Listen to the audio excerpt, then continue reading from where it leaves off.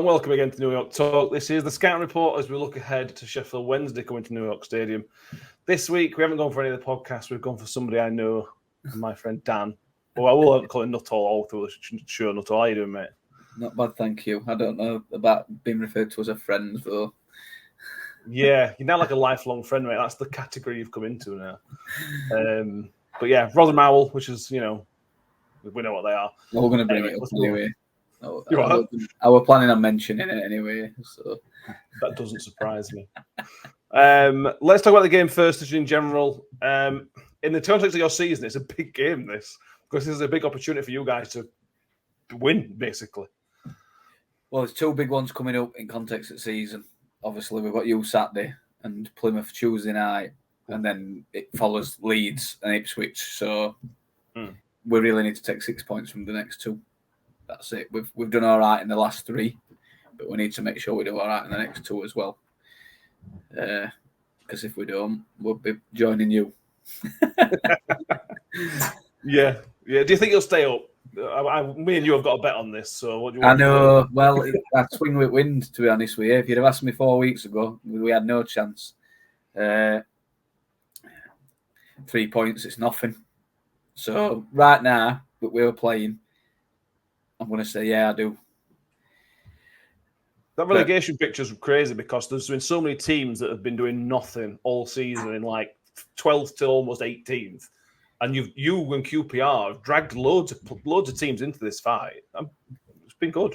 We've been dead and buried most of the season, and we've only had Huddersfield to catch. But fortunately, like you said, us and QPR found form. And there's plenty above the hand, so it's opened it up massively. Apart from yourselves, everybody's involved. I think it's a big, like you said, it's a big game in context of the season Saturday because a few other teams around us have got difficult games Saturday, and on paper we've definitely got the easiest. So take 3 points, and you're going to be on level points with somebody, I think. Yeah, and then we've got an home game against Plymouth to follow that up. So it'll be the first time we've been above line all season if we can get above on Tuesday night. So is it a derby game at all? Well, it is for me. I'm as you've already mentioned, born and bred in Rotherham, so I have to. We have to win from our point of view. It's for me. It is. I understand the Wednesday fans that that live in Sheffield and don't. The few that live in Sheffield, the very few that don't have to venture to these parts, but I can walk the ground if I really want. So it's a derby game for me. Let's talk about the game at Hillsborough, which was an absolute disaster for us. Because we our first win of the season. How big a moment? Not because you beat us, obviously, but the first win of the season under Roth. It felt like looking back now, a big turning point for your season. I watched it early to remind myself before I came on, actually, and I didn't realise how bad you were that day. Well, you forget how bad you were that day. I don't. But, well, like I said, Roll's first 7 games, you were only game we won. So, and I think that was a relatively early, 3rd or 4th game. But you could see his style coming in. You could see that it were a low bar from Cisco, don't get me wrong. But you could see the improvements that were coming. It just helped that you were that bad on day, I think. But after that 7-game period, we've won 8 from 16. So we're at 50% since then, since he's really got his feet under the table and got him playing. So I don't necessarily think that game was catalyst because we still took a few games after that to get going. But obviously, getting your first win of the season is going to be important regardless. The good thing for this time is you're not likely to get Michael Smith scoring against you because he can't get a game. If I were right, I'd still start him just for the sake because he would definitely score. Definitely 100% guaranteed to score. Let's talk about Danny Röhl because I'm not used to having to like a Sheffield Wednesday manager, but there is a lot to like about Danny Röhl. He speaks very well. He seems a nice guy, which is unique for you guys. If you start the season with Röhl in charge, I assume you've been nowhere near relegation zone. Won't even be a conversation. The worst thing about this is, the most criminal thing is, they interviewed him somewhere and they gave it Cisco. But, well, we'd have had to pay compensation at times because he was still at Germany. So I can only assume that swung the decision. But my brother described it the best way I've heard it described on Saturday night when he was around here, and he said, "I never thought I could ever fall in love with a man, but I have." Okay, fair enough. So, well, like you said, he's going to go at the top. Not with us in the end. Ultimately, unfortunately, he'll break his hearts one day, I guess.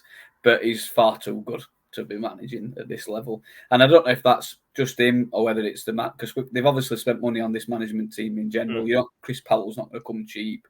They paid 3 figures for assistant manager who were managing out in Denmark. They got Sasha Lenz in from Man U, so they're spending a lot on them all, not just on him, I guess. But yeah, he's forefront of it. He's brought it together, and the transformation in team from what we saw under Cisco, which I'd say arguably, but it's not. It's the worst Sheffield Wednesday team I've ever seen. To what we have now, we're still 23rd, but we wouldn't be anywhere near if it wasn't for them first. I said 15 games, but it's 22 by the time he's implemented what he's trying to do, because he's had to have that amount of games to get his style into team. And squad's not very good. Man for man, it's not. So he's working miracles. If I dare say, if we could keep it, and this is a big if with Chansiri, because things can just flip on a toss of a coin, can't they? But if we were to stay up this season and he were to get the summer transfer window, would be at the top end. I'm not saying we'd make playoffs, but we'd be in top half next season. I'm pretty confident of that.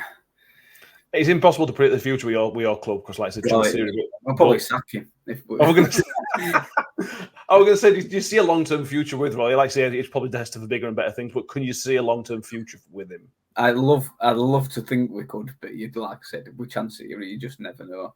And I can't imagine he's the easiest person to work with. So if another offer were to come along, he's probably going to take it. Yeah. He's a nice young bloke, isn't he? Ambitious, I guess. Yeah.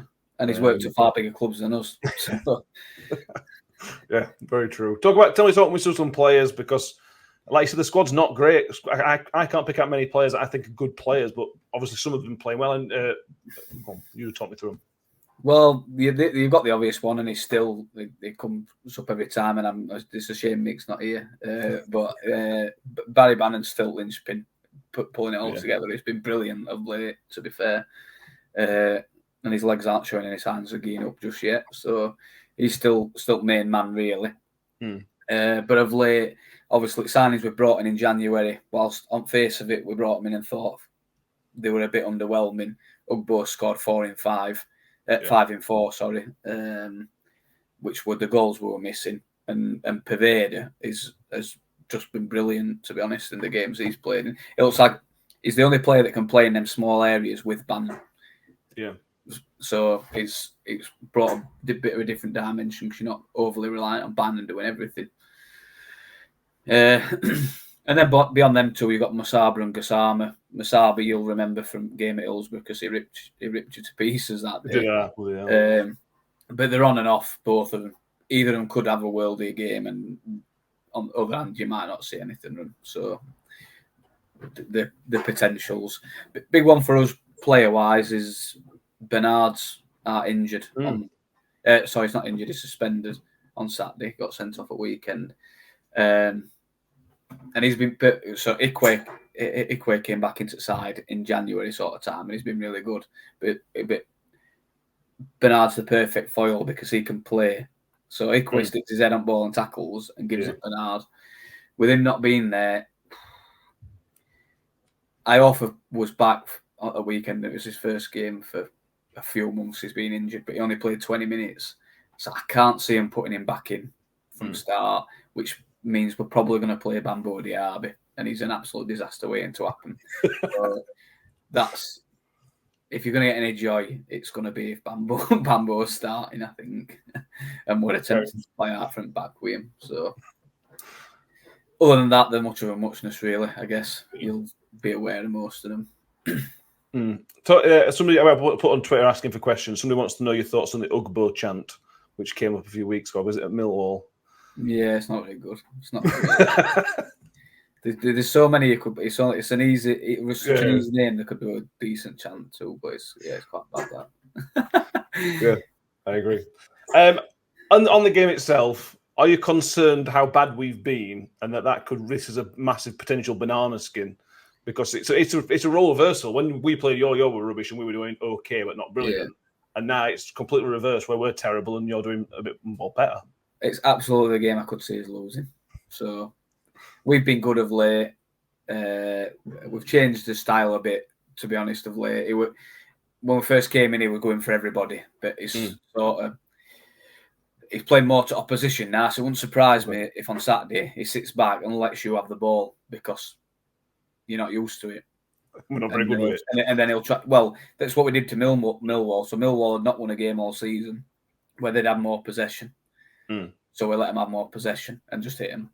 So I think he'll probably go a similar way Saturday because you'll be seeing and it'll obviously make you come out of shape trying to force it.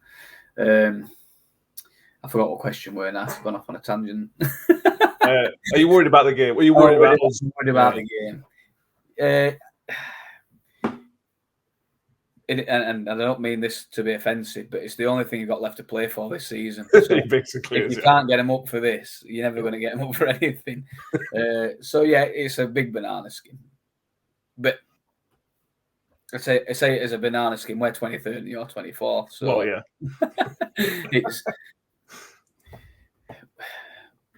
we've got a potential to lose it. But on the other hand, I think on paper we should win it. Sadly, I think I agree. Finish me off with a prediction then, old boy. It's a difficult one because I've looked through and obviously his form's good. We don't draw games. But I think if I had to say now, I'd probably say 1-1. How very boring. I know. I wish I could say 5-0. I am genuinely worried. To get all 5.